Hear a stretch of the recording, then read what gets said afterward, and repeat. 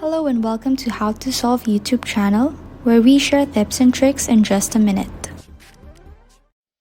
Hello everyone, in this video I am going to show you how to send email on Shopify. First, let's go to your Shopify page, and after that one, click on settings.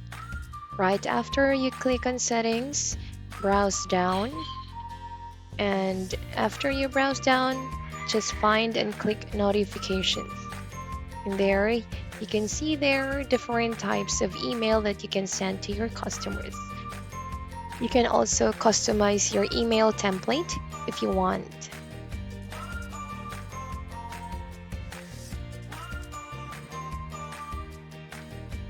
So let's try on the first one. Just click on it and you can see there what is the content of the email.